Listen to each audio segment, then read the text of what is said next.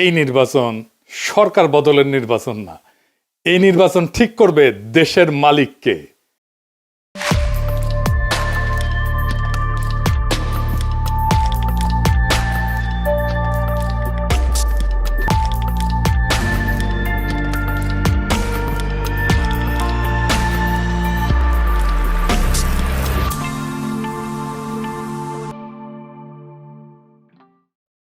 এগারো দলের নির্বাচনে ঐক্য হয়েছে, আলহামদুলিল্লাহ।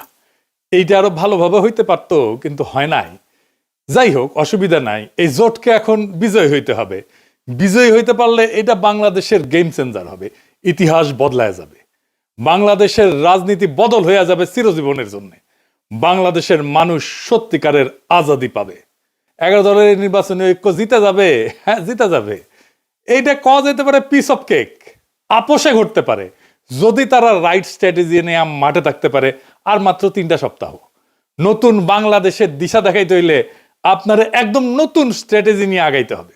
আমার স্ট্র্যাটেজি কলে ফুল প্রুফ, বন্দুকের গুল্লি মিস হইতে পারে, আমার স্ট্র্যাটেজি মিস হবে না।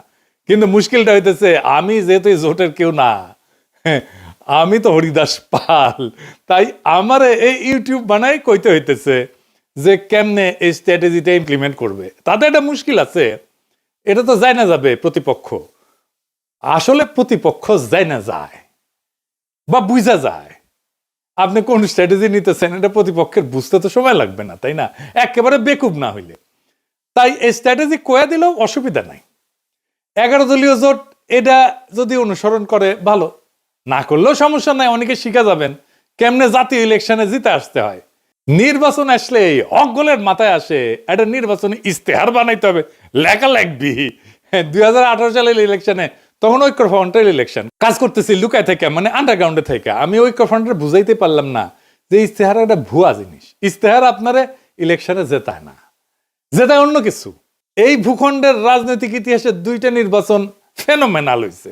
একটা 70-এর নির্বাচন আর 91 নির্বাচন। একটা মুজিব জিতছিল, আর একটা জিতছিল খালেদা জিয়া।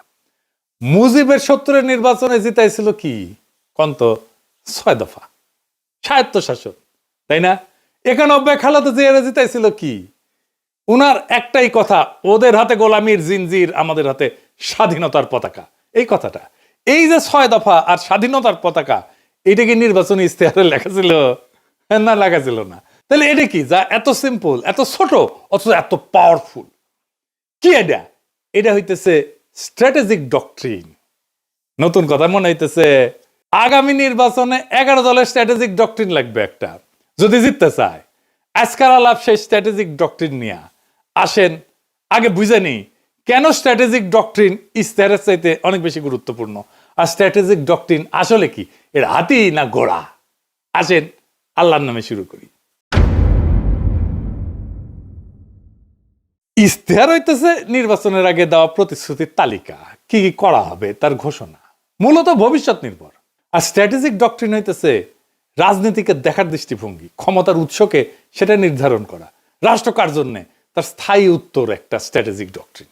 ইস্তেহার বলে কি করব, ডক্ট্রিন বলে কেন করব আর কার জন্য করব। মানুষ এই সমস্ত ইস্তার ফিস্তার বিশ্বাস করে না, পড়েও না। রাজনৈতিক দলের কর্মীরাও পড়ে না, কারণ সারা দুনিয়ার বাস্তবতা হইতেছে প্রায় সব দলই একই প্রতিশ্রুতি দেয়। চাকরি দেব, বেকারত্ব কমাবো, দাম কমাবো, দুর্নীতি কমাবো, কিন্তু মানুষ জানে এগুলো ভুয়া, কিছুই হবে না, কিছুই পূরণ হবে না।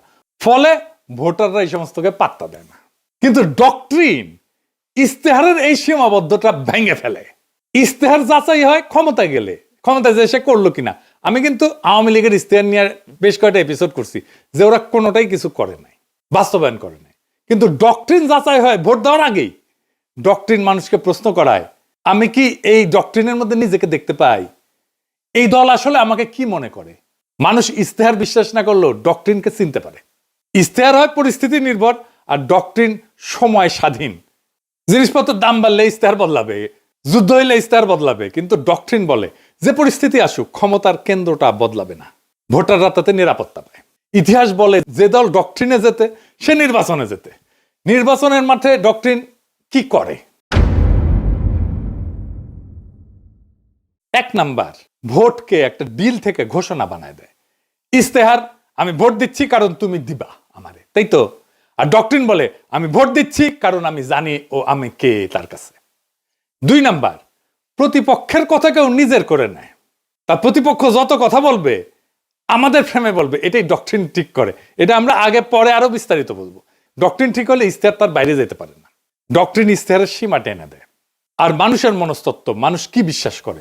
মানুষ বিশ্বাস করে যে তাকে সম্মান দেয়, যে তাকে ছোট করে না, যে তাকে মর্যাদা দেয়, যে তাকে রাষ্ট্রের মালিক বানায়, তাকে বিশ্বাস করে। আর ইশতেহার বলে আমি তোমার এটা দেব।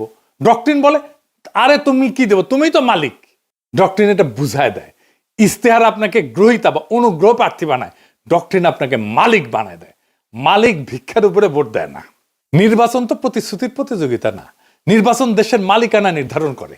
তাই ইশতেহারের চেয়ে গুরুত্বপূর্ণ আমরা রাষ্ট্রকে, রাজনীতিকে, মানুষকে, জনগণকে, রাষ্ট্রের সাথে জনগণের সম্পর্ককে কিভাবে দেখি। নির্বাচনে মানুষ প্রতিশ্রুতিতে ভোট দেয় না, এটা বুঝতে হবে বাংলাদেশের পলিটিশিয়ানদেরকে।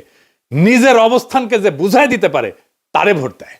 আর যেই দল মানুষকে তার অবস্থান বুঝায় দেয় সেই দল ইশতেহার ছাড়াই জয়ী হইতে পারে। ইশতেহার ভুয়া জিনিস, ডক্ট্রিন আসল জিনিস। তাইলে 11 দলীয় জোটের বিজয়ের লক্ষ্যে স্ট্র্যাটেজিক ডক্ট্রিন কি হইতে পারে? আগে দেখে নেই বিএনপির স্ট্র্যাটেজিক ডক্ট্রিন কি এই নির্বাচনে, বলতে পারবেন? এটা জানা দরকার, কারণ এই বিএনপির স্ট্র্যাটেজিক ডক্ট্রিনকে হারাইতে হবে। কি সেটা? সেটা হইতেছে সবার আগে বাংলাদেশ। আমার আগে আমরা, আমাদের আগে দেশ, সবার আগে বাংলাদেশ। সবার আগে বাংলাদেশ, সবার আগে বাংলাদেশ। দেখেছেন উনারা সচেতন ভাবে করছেন কিনা এটা উনারাই বলতে পারবেন। তবে এইটা একটা plain and pure strategic doctrine বিএনপির। সবার আগে বাংলাদেশ এটা কেবল স্লোগান না, এটা একটা ডক্ট্রিনাল স্টেটমেন্ট। এইটাই ক্ষমতার উৎস নির্ধারণ করে। তাহলে এই ডক্ট্রিনাল স্টেটমেন্টের সমস্যা বের করতে হবে। সমস্যাটা কি? এই স্লোগানের সমস্যা বের করতে পারলে এইটারে ফাইট করা সহজ। আর এইটারে ফাইট করতে পারলে বিএনপি পুরা ক্যাম্পেইন কোলাপস করবে। আসেন এটা দেখে নিই, আমরা বিস্তারিত খুঁটায় খুঁটায় দেখব। তাইলে বুঝবেন এই সরল কথার মধ্যে কি গরল লুকায় আছে।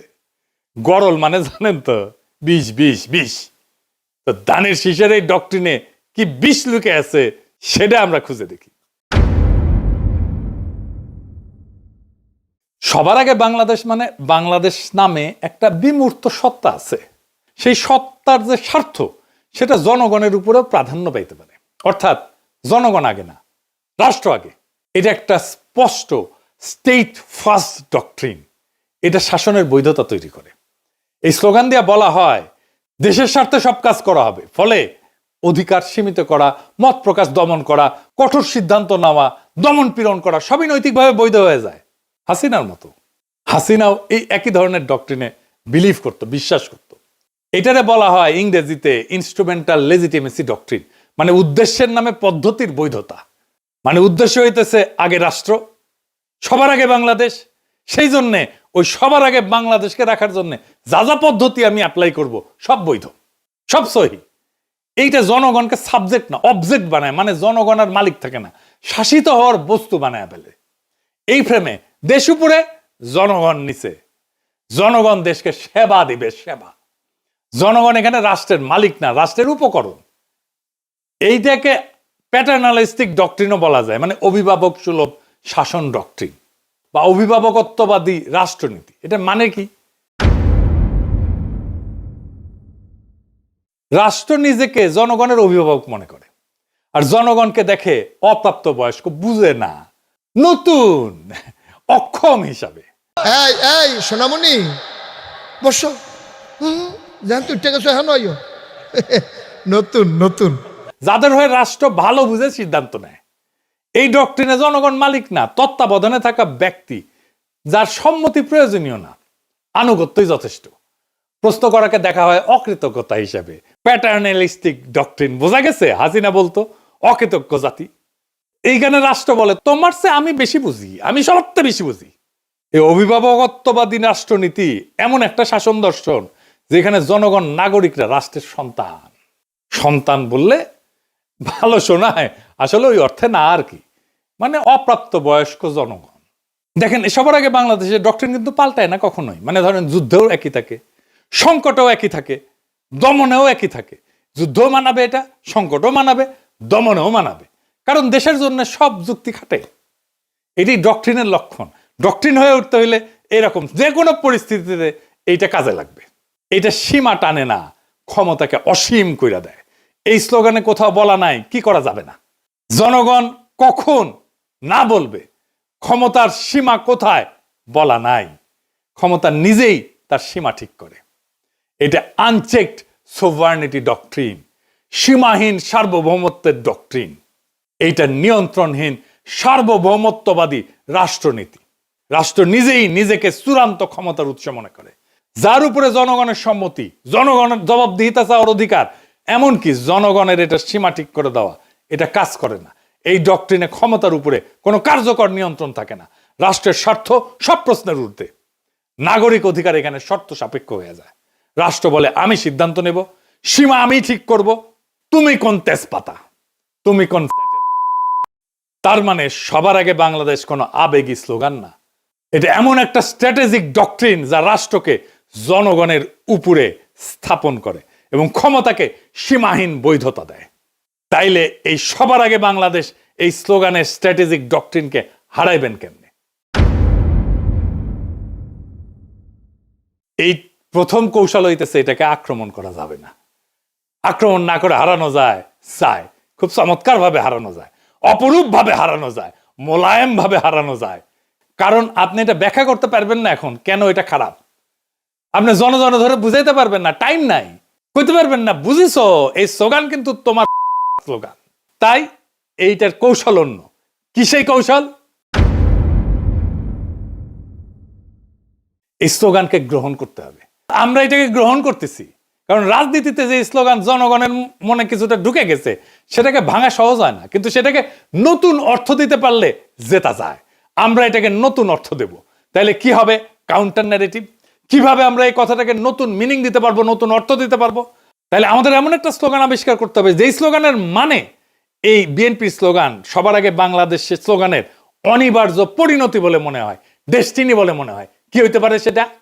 সবার আগে বাংলাদেশের কাউন্টার ন্যারেটিভ হবে আমরাই বাংলাদেশ। ওরা বলবে সবার আগে বাংলাদেশ, আমরা বলবো সেটাই তো আমরাই বাংলাদেশ। এখানে কোনো ঝগড়া নাই, এখানে কোনো কনফ্রন্টেশন নাই, এখানে কোনো কন্ট্রাডিকশন নাই, এখানে আছে কমপ্লিশন, সম্পূর্ণতা। বিএনপি বলছে কি আগে, আমরা বলছি ওইটা আসলে কি, কেন আমরাই বাংলাদেশ। বিএনপির সবার আগে বাংলাদেশ স্লোগানকে আমরাই বাংলাদেশ স্লোগান সুপারসিড করে যাবে। এখানেই মূল খেলা। আমি এখানে কয়েকটা দিক ব্যাখ্যা করব কেন, কিভাবে এটাকে সুপারসিড করে যাবে। আসেন সেটা বুঝে দেখি, খুব মজা লাগবে। প্রথমে দার্শনিক ব্যাখ্যা, মানে পলিটিক্যাল ফিলোসফির ব্যাখ্যা। বাংলাদেশ জমি না, পতাকা না, সংবিধানের কাগজ না, বাংলাদেশ হলো মানুষের সমষ্টিগত রাজনৈতিক অস্তিত্ব। এখান থেকে আসে জনগণের সার্বভৌমত্ব। মানুষ মানে রাষ্ট্রের মালিক। তাই আমরাই বাংলাদেশ কোনো আবেগী কথা না, এটা সার্বভৌমত্বের ঘোষণা। বিএনপি দেশকে একটা বাইরের বস্তু হিসেবে দেখে, আমরা দেশকে নিজেদের পরিচয় হিসেবে দেখি। 2 নাম্বার রাষ্ট্রনৈতিক ব্যাখ্যা বা স্টেট লজিক। বিএনপির ফ্রেম রাষ্ট্র আগে, রাষ্ট্র সিদ্ধান্ত নেয়, মানুষ উপকারভোগী। আমাদের ফ্রেম মানুষ আগে, মানুষ সিদ্ধান্ত নেয়, রাষ্ট্র মানুষের যন্ত্র। এইখানে ক্ষমতার কেন্দ্রটা বদলায় যায়। এইটাকে বলে সাবজেক্ট শিফট। বিএনপি বলে আমরা দেশ চালাবো, আমরা বলি আমরাই দেশ। এই অবস্থান থেকে কাউকে হারাইতে গেলে বলতে হয় তুমি দেশ না। এইটা তো সে বলতে পারবে না। রাজনীতিতে এর চেয়ে আত্মঘাতী কথা আর নাই। 3 নম্বর হইতেছে পলিটিক্যাল স্ট্র্যাটেজির ব্যাখ্যা। এটারে বলা হয় ক্লাসিক ফ্রেম হাইজ্যাকিং। বিএনপি যতবার বলবে সবার আগে বাংলাদেশ, ততবার তারা আসলে বলবে আমরা আগে। তারা নিজেরাই জনগণকে কেন্দ্র বানাবে, আমাদের ফ্রেম রিপিট করবে। এটারে বলা হয় নো এসকেপ ন্যারেটিভ। ওরা কথা বললেই আমার ভাষায় কথা বলবে। 4 নম্বর হইতেছে মার্কেটিং ব্যাখ্যা, পলিটিক্যাল মার্কেটিং আর কি, মানে পণ্যের মার্কেটিং না। বিএনপির স্লোগান অ্যাবস্ট্রাক্ট প্রোডাক্ট সেন্ট্রিক, মানে মানুষ শুধু সমর্থন করে। আমাদের স্লোগান আইডেন্টিটি বেসড, মানুষ নিজেকে এটার ভিতরে দেখতে পায়। মানুষ পোস্টারে লিখবে আমরাই বাংলাদেশ, কারণ এটা স্লোগান না, এটা সেলফ আইডেন্টিটি স্টেটমেন্ট। মানুষ যেটা নিজের পরিচয় মনে করে ওইটার সাথে বিশ্বাসঘাতকতা করে না। বোঝা গেছে? খুব সিম্পল 2টা শব্দ, বিধ্বংসী। আপনাদের মনে আছে আওয়ামী লীগের জয় বাংলা স্লোগানটারে ক্যাপচার কইরা ধ্বংস করে দিছিলাম, আগে ক্যাপচার করছি তারপরে ধ্বংস করে দিছি, ডেস্ট্রয় করে দিছি। বেশি দিন আগের কথা না, মনে আছে না যেই স্লোগান তাদেরকে উদ্দীপ্ত করার কথা, সেই স্লোগানটাকে আগে ক্যাপচার কইরা ধ্বংস করে দিছিলাম একেবারে পুরাপুরি। এই টেকনিকে এবার আসেন ইলেকশন জার্নির আর্ক, সেটা আবার কি? এটা আসলে কি? নয়া নয়া জিনিস করছেন দাদা, কঠিন মনে হচ্ছে, আরে কঠিন না, সেল চালাইয়া বুঝে যাবেন। আসেন সেল চালাইয়া বুঝে নিই। এইটা আসলে ভোটের আগে থেকে ক্ষমতায় যাওয়ার পর পর্যন্ত জনগণকে একসাথে নিজের সাথে যুক্ত রাখার রোডম্যাপ, পথ নকশা।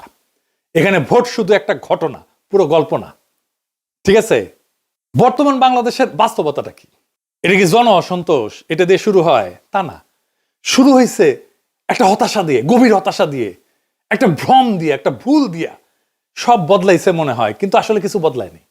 আগের বন্দোবস্ত, আগের রাষ্ট্রযন্ত্র, আগের ক্ষমতার ভাষা, আগের নিয়ন্ত্রণ সব ঠিক আছে, শুধু মুখ বদলাইছে, দল বদলাইছে। মানুষ স্পষ্ট দেখতেছে বিএনপি ধীরে ধীরে আওয়ামী লীগের আগের জায়গাগুলো নিচ্ছে, কাঠামো ভাঙতেছে না, দখল বদলাচ্ছে। সবচেয়ে গুরুত্বপূর্ণ বাস্তবতা হইতেছে তারেক রহমান তো নির্বাচিত প্রাইম মিনিস্টার না, কিন্তু তিনি ডিফ্যাক্টো দেশের প্রধান সিদ্ধান্ত কেন্দ্র। এখানে মানুষ বুঝে যায় সমস্যা ব্যক্তি না, সমস্যা হচ্ছে একই রাষ্ট্র একইভাবে চলে। এই উপলব্ধিটাই ইলেকশন জার্নির প্রকৃত শুরু। নির্বাচন শেষ না, নির্বাচন দিয়ে নাগরিক তার মালিকানা দখল করবে। এখানে ইলেকশন জার্নির আর্ক পূর্ণতা পায়। স্লোগান থেকে যাত্রা, এর প্রথম ফেজে কি হবে? পরিচয়কে জাগরিত করা। আমরাই বাংলাদেশ, এটা আমাদের পরিস্থিতিকে জাগ্রত করবে। এই পর্যায়ে প্রতিশ্রুতি কম, দর্শন বেশি। এর লক্ষ্য কি? মানুষ ভোটার না, মানুষকে বলা আপনি একটা পলিটিক্যাল এন্টিটি, রাজনৈতিক সত্তা। 2 নাম্বার ফেজে কি? নৈতিক প্রশ্ন, মরাল কোশ্চেনিং। এখানে প্রশ্ন উঠবে, আমরাই যদি বাংলাদেশ হই তাহলে এত অন্যায় কেন, এত অবিচার কেন, এত বেইনসাফি কেন? এখান থেকে আসবে ইনসাফের প্রশ্ন। ইনসাফ মানে ভিক্ষা না, দয়া না, অধিকার ফেরত নেওয়া। মানুষ তখন বোঝে অন্যায়টা তো তাহলে আমার বিরুদ্ধে, বেইনসাফি তো আমার বিরুদ্ধে। আমরাই যদি বাংলাদেশ হই আর এই বাংলাদেশে যদি বেইনসাফি থাকে তাহলে এই বেইনসাফি আমার বিরুদ্ধে, কারণ আমি তো বাংলাদেশ। 3 নাম্বার ফেজ, ইনসাফের কাফেলা। এটা একটা কালেকটিভ জাস্টিসের ফেজ, সম্মিলিত ন্যায়ের যাত্রা।